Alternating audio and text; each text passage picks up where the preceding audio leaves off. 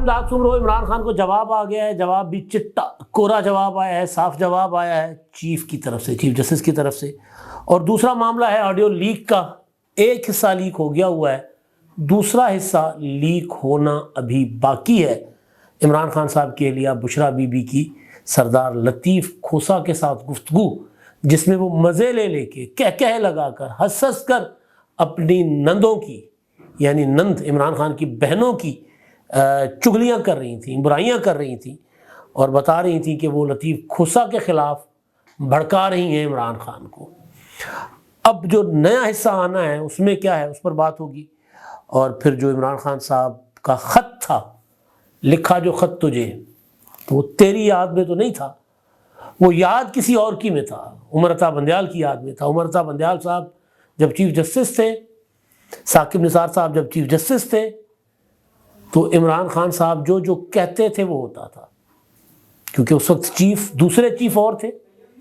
Army chief Qamar Javed Bajwa تھے، D G I S I یعنی I S I کے chief جو تھے وہ فیض حمید صاحب تھے، اور ان چیفز کے موجودگی میں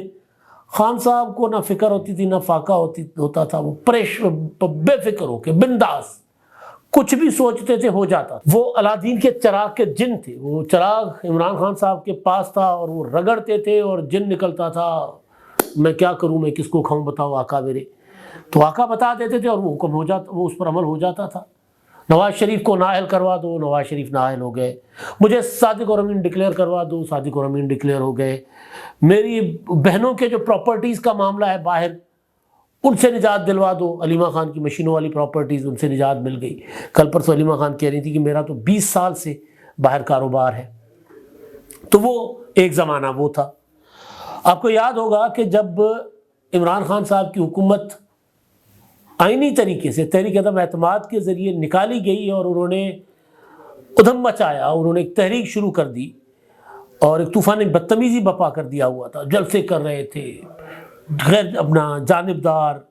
جانور، غیر جانبدار غدار، میر جعفر، میر صادق، باجوہ، ماموں، پتہ نہیں کیا کیا کہہ رہے تھے، بک رہا ہوں جنوں میں کیا کیا، کچھ نہ سمجھے خدا کرے کوئی، لیکن وہاں سب کچھ سمجھ رہے تھے، جنوں میں تھے عمران خان صاحب، اور جو کچھ کہہ رہے تھے وہ بک رہے تھے، کیونکہ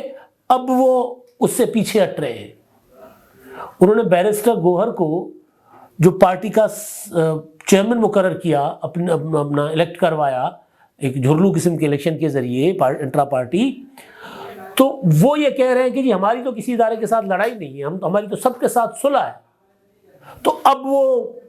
ظاہر ہے اس وقت ٹھیک نہیں بول رہے تھے نا، جو ٹھیک نہیں بولنا ہوتا، جو مناسب بولنا نہیں ہوتا، اس کو بکنا کہتے ہیں، گالیاں بکنا، اول پھول بکنا، تو یہ کوئی نامناسب لفظ نہیں ہے۔ تو بک رہا ہوں جنوں میں کیا کیا کچھ، تو وہ اس وقت جو کچھ بک رہے ہوتے تھے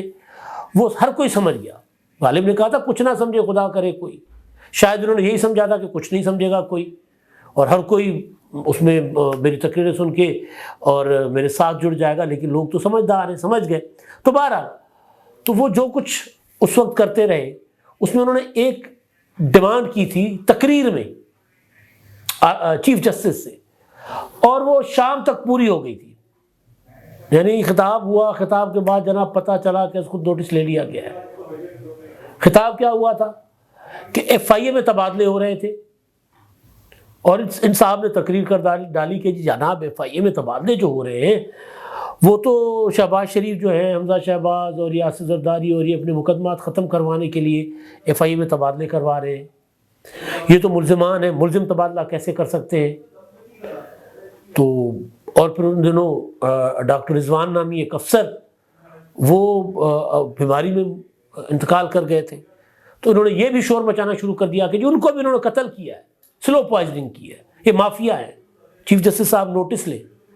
تو چیف جسٹس صاحب نے نوٹس لے لیا،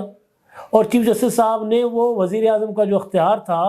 ایف آئی اے میں تقرر تبادلے کا، وہ لے لیا، ان سے چھین لیا۔ ایک وقت ایسا بھی تھا، پھر ایک وقت ایسا بھی آیا کہ خان صاحب کہنے لگے کہ جناب یہ عدالتیں جو ہیں مجھے قتل کروانا چاہتی ہیں، یہ میرے قتل کی سازش میں ملوث ہیں، مجھے جو عدالتوں میں بلایا جاتا ہے یہ میری موت کے لیے چال بچھایا جا رہا ہے، ڈیتھ ٹریپ ہے میرے لیے، اصل میں مجھے قتل کروانا چاہ رہے ہیں، پیشیاں ویشیاں تو بہانہ ہے، گرفتاری تو بہانہ ہے، یہ وارنٹ تو بہانہ ہے، عدالتیں۔ مجھے قتل کروانا چاہتی ہیں، وہ یہ بھی کہتے رہے۔ ایک وقت یہ تھا اس سے پہلے کہ فیض آباد دھرنا کیس کا فیصلہ دینے کے بعد وہ پیچھے پڑ گئے جسٹس قاضی فائز عیسیٰ کے، بطور پولیٹیکل پارٹی، بطور پرائم منسٹر انہوں نے ان کے خلاف سازشیں شروع کی، فیض حمید کے ساتھ مل کے ان کو نکلوانے کے لیے ریفرنس تک دائر کروا دیا، ایک فضول سا ریفرنس جس کا کوئی بعد میں والی وارث نہیں بن رہا تھا، ایسا یتیم ریفرنس کہ عمران خان نے کہا کہ مجھے تو باجوہ نے ریفرنس بنا کے بھیجا تھا، باجوہ نے کہا مجھے پتہ نہیں ہے، عارف علوی نے کہا میں نے تو ریفرنس پڑھا ہی نہیں تھا، میں نے تو بغیر پڑھے آگے بھیج دیا تھا، مجھے کیا پتا اس ریفرنس میں کیا ہے، غلط تھا، وہ غلطی تھی ریفرنس بھیجنا۔ عمران خان نے بھی کہا غلطی تھی ریفرنس بھیجنا قاضی فائز صاحب کے خلاف۔ اچھا جی، ریفرنس بھیجنا تو غلطی تھی، لیکن بشیر میمن صاحب کو، ڈی جی ایف آئی اے کو یہ کہنا کہ گرفتار کرے سٹنگ جج کو، یہ کس کے ذہن کی جو تھی وہ خرافات تھی؟ کون چاہ رہا تھا کہ سٹنگ جج تاریخ میں پہلی بار اس کو ہتھکڑی لگے؟ عمران خان صاحب چاہ رہے تھے۔ بڑی کوشش کی انہوں نے آرمی چیف کا تقرر رکوانے کے لیے، جنرل عاصم منیر کا تقرر لانگ مارچ تک دے مارا، بڑی کوشش کی جسٹس قاضی فائز عیسیٰ کا تقرر رکوانے کے لیے کہ وہ چیف جسٹس نہ بن سکے، ریفرنس ظاہر کر دیے، سازشیں شروع کر دی، پریس کانفرنسز۔ ابھی بھی عمران خان صاحب کے جو ٹرول ہیں جن کے لیے کہا گیا ہے کہ جناب وہ فوج اور دفاعی اداروں کے خلاف پروپیگنڈا نہیں کریں گے، جو کریں گے وہ ہم میں سے نہیں ہیں، ہمارا ان سے تعلق نہیں ہوگا، لیکن وہی عدلیہ کے خلاف، چیف جسٹس کے خلاف تو وہی اتنے بڑے بڑے دانتوں کے ساتھ وہ لگے ہوئے ہیں۔ لیکن ادھر چیف جسٹس صاحب کو لکھا خط عمران خان صاحب نے، اور خط انہوں نے لکھا تھا 30 اکتوبر کو، جس میں انہوں نے 184(3) کے تحت بنیادی انسانی حقوق کے تحفظ کا مطالبہ کیا اور کہا کہ جناب یہ جو تحریک انصاف سے وابستہ لوگ ہیں ان کو انتقام کا نشانہ بنایا جا رہا ہے، جبری گمشدہ ہو رہے ہیں، ہمیں الیکشن کے لیے لیول پلینگ فیلڈ نہیں ہے، صوبائی اور حکومتوں کو اور الیکشن کمیشن کو حکم دیا جائے کہ پی ٹی آئی کے امیدواروں کو الیکشن کی مہم کی اجازت دی جائے، پیمرا کو حکم دیا جائے کہ وہ دیگر سیاسی جماعتوں کی طرح تحریک انصاف کی انتخابی مہم کی بھی میڈیا کوریج کرنے کی اجازت دے۔ اسی طرح اور بھی اس میں مطالبات تھے۔ اچھا، اب یہ خط پہلے دعویٰ کیا گیا کہ جی ہم نے یہ خط میجر پنچوتا صاحب نے دعویٰ کیا کہ یہ خط ہم نے چیف جسٹس صاحب کو پہنچانے کی کوشش کی، مگر ان کے آفس نے ہمیں یہ کرنے سے روک دیا، لہذا انہوں نے کوریئر کر دیا، سرب مہر لفافہ۔ ظاہر ہے وہ پہنچا، وہ جو عمران خان صاحب کا جو خط یا دستاویز جس کو کہہ رہے ہیں وہ، اس کے جواب میں جاری کی گئی پریس ریلیز میں چیف جسٹس کے سیکریٹری کہتے ہیں کہ اسے تیار کرنے والے وکیل کا نام اور رابطے کی تفصیلات دستاویز میں ظاہر نہیں کی گئی، یعنی بے نامی سا خط تھا، پتہ نہیں کس وکیل نے بنایا ہے اور کون ہے اس کا والی وارث تاکہ ہم مجھ سے رابطہ کریں۔ دستاویز بظاہر ایک سیاسی جماعت کی جانب سے بھیجی گئی ہے، حالانکہ اس جماعت کی اچھی نمائندگی وکلاء کرتے رہے ہیں۔ پچھلے دنوں سپریم کورٹ میں اس جماعت کے وکلاء 2 اہم مقدمات فوجی عدالتوں اور انتخابات کے متعلق میں پیروی کر کے انہیں تکمیل تک لے گئے، اپنے حق میں فیصلہ لیا انہوں نے۔ وہ بالکل ٹھیک کہہ رہے ہیں کہ جب اتنے تگڑے اور اچھے خاصے وکیل موجود ہیں تو پھر یہ بے نامی ہونے کی کیا ضرورت ہے؟ یہ امر حیران کن ہے کہ ایک سرب مہر لفافے میں موصول ہونے سے پہلے ہی اس دستاویز کو میڈیا پر جاری کیا گیا۔ اچھا، اب آگے چل کر لکھا گیا ہے کہ دستاویز انتظار پنچوتا نے کوریئر کیا تھا۔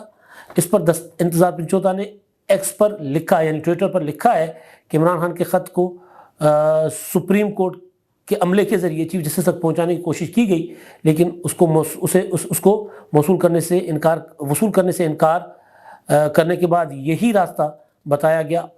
کہ آپ بذریعہ ڈاک یہ خط چیف جسٹس کو بھجوائیں، اور خط اسی طرح بھجوایا گیا، اور اس خط میں تمام حقائق جو ہیں چیف جسٹس کے سامنے رکھے گئے۔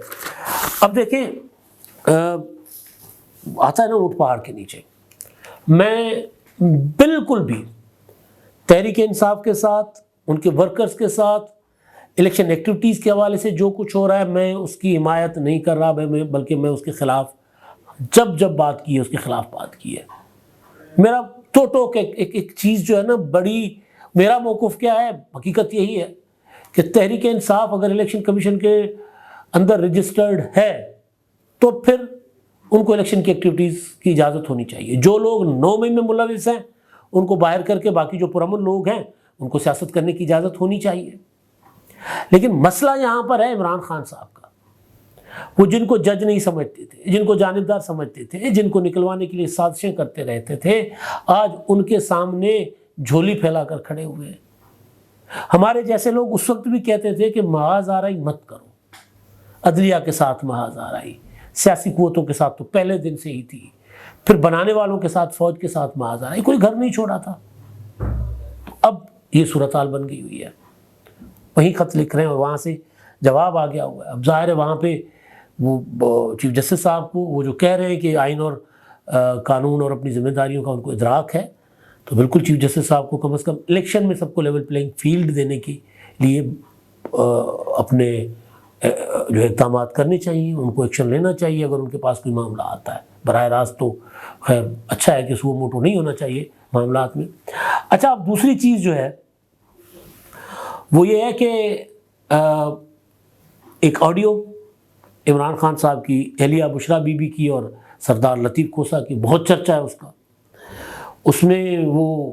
بتاتی ہیں کہ کس طرح, بلکہ لطیف کھوسہ کو تو بولنے ہی نہیں دیتی, خود ہی بولتی ہیں بشرا بی بی صاحبہ کہ کس طرح عمران خان صاحب کی بہنیں جو ہیں وہ لطیف کھوسہ کے خلاف عمران خان کے کان بھر رہی. وہ کہتی میں نے تو کہہ دیا جی میری طرف سے تو وکیل لطیف کھوسہ ہی ہوگا, آپ کو اچھا لگے نہ لگے. بہرحال اب کچھ باخبر لوگ وہ کہہ رہے ہیں کہ یہ جو آڈیو ہے یہ آڈیو ہے درمیان سے, یعنی نہ اس کا آغاز ہے ہیلو ہائی سے شروع ہوتی ہے, نہ خدا حافظ پہ ختم ہوتی ہے, وہ درمیان کا حصہ ہے. لیکن اس کے اور بھی کئی حصے ہیں, لمبی گفتگو ہے, تو اور حصے بھی منظر عام پر آ سکتے ہیں جس میں اور زیادہ خطرناک باتیں, بھیانک باتیں جو وہ منظر عام پر آئے گی تو اور بڑا تہلکہ مچے گا اور بڑے طوفان کھڑے ہوں گے. یہ کچھ لوگ باخبر لوگ کہہ رہے ہیں. ظاہر ہے